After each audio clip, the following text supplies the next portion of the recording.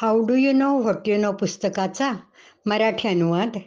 Chapter 8, भाग 8. मानसिक प्रवृत्तींचं वर्गीकरण ब.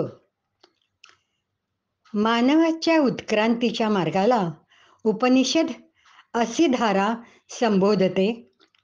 ही एक बारीक रेषा, ज्याच्या एका बाजूला रजस व दुसऱ्या बाजूला तमस.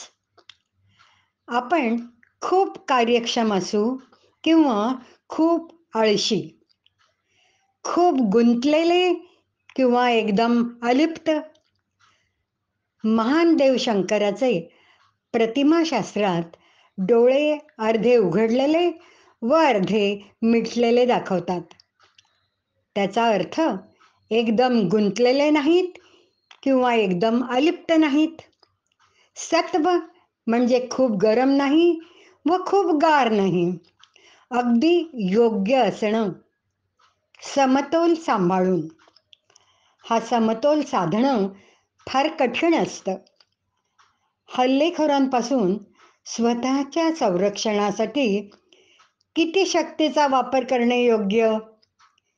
कराटेमध्ये खूप प्रेशरने त्याला माराल किंवा कमी प्रेशरने स्वतः बळी जाल. संरक्षणापुरतं प्रेशर ओळखणं कठीण आहे. तो योग्य पॉइंट माहिती हवा, योग्य शक्ती योग्य पॉइंटवर. हे कराटे मास्टरचं कौशल्य. वर्ड्सवर्थने लायडोमियामध्ये प्रोटेसिलसचं वर्णन kind as resolute and good as brave केलं आहे. तो योग्य पॉइंट म्हणजे धर्म. धर्म हा गहन आणि अभेद्य. एकाचा जो धर्म तो दुसऱ्याचा नसू शकतो. प्रत्येकाने स्वतःचा धर्म शोधून त्यानुसार वागायला हवं आणि समोरच्या व्यक्तीच्या धर्माचा आदर करायला हवा.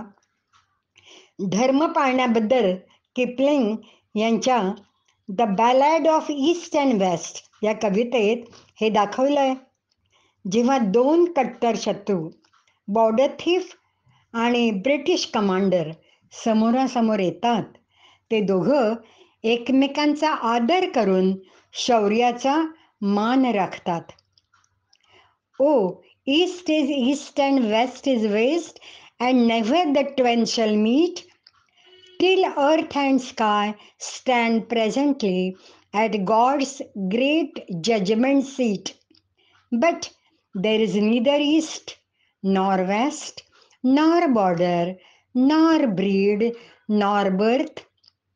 When the two strong men stand face to face, though they come from the ends of the earth. गुणांप्रमाणे माणसं प्रतिक्रिया कशी देतील? त्यांना जग कसं दिसेल?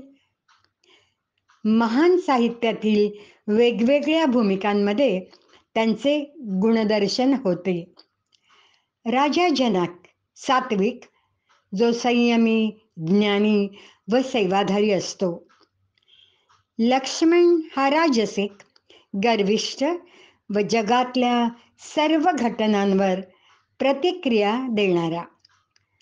तर कुंभकर्ण तामसिक, जो 6 महिने सतत झोपणारा. भगवद्गीतेच्या 14 ते 18 अध्यायात गुणांमुळे बनणारा दृष्टिकोन व त्यानुसार वर्तन यांचे समालोचन आहे. ते आपण थोडक्यात पुढच्या भागात बघणार आहोत. सविस्तर स्पष्टीकरणासाठी कृपया ए पार्थसारथी यांचे भगवद्गीता भाष्य वाचावे.